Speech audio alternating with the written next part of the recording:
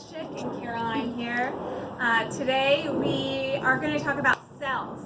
And there's a little bit of math here for you because you need to first think about how many of these cells do you have in your body. And Caroline, step closer to me. Alright, so the answer is, according to Smithsonian Magazine, one of my Google searches, is about 37.2 trillion. When we write this out, Caroline, how many zeros did we need to add? One. Well, let's count. 1, 2, 3, 4, 5, 6, 7, 8, 9, 10, 11, 0. Okay, and when we did this the first time, Caroline put the point 2 over here. But you can see that the 2 actually belongs here. Wait, and then this is wrong. Yep. How big are they? And the answer is about 200 micrometers. Okay, and if we write this out, we have how many zeros? How much? How many zeros? So there's technically, if you count before, there would be 1, 2, 3, 4, 5. But if you count after, there would be 1, 2. Okay, if before, so we have a point and we have a 2 thousandths, but to getting to the micrometer, it's really 1 times 10 to the negative 6. So that's what we're looking at here. And now, if you can get up and take a look at our animal cell models. As many of you know, I love to recycle. This is an old cake box. We have our cell membrane. In our kingdom Animalia, we have animal cells.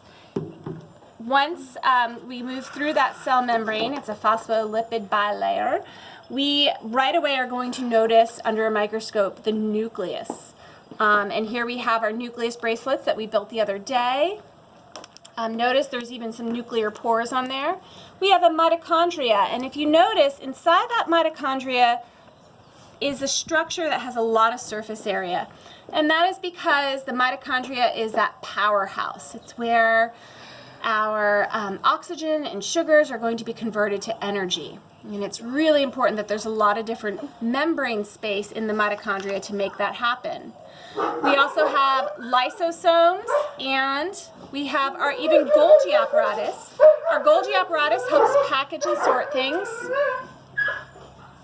Okay, as we were pointing out, our Golgi apparatus here, and our smooth endoplasmic reticulum and our rough endoplasmic reticulum. Technically, we need to add beads to here to show some of the proteins along that rough endoplasmic reticulum, because as a piece of RNA is going to be coding for a protein, it's as the RNA moves through that rough endoplasmic reticulum that the proteins are made.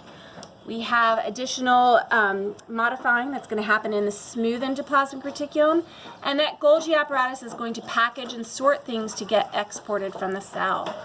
Our lysosome helps break down various things with their enzymes, etc. Let's move over here from our animal cell to our plant cell, which is made in an old salad container. Okay. Notice for our plant cell, though, first off, we have both a cell membrane and a cell wall. That cell wall helps make it really rigid, and that's one of the many reasons why a tree can get so tall and plants are without a skeleton can stand.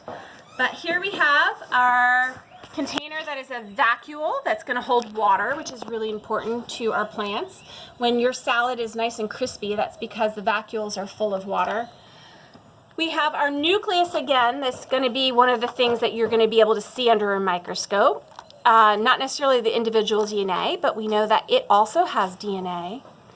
We have chloroplasts that work to make energy from sunlight, and they make sugars and allow the cell and allow the plant to grow. And last but not least, we do have mitochondria as well in that plant cell. There's a lot more complexity, but for today, that's all we're going to talk about.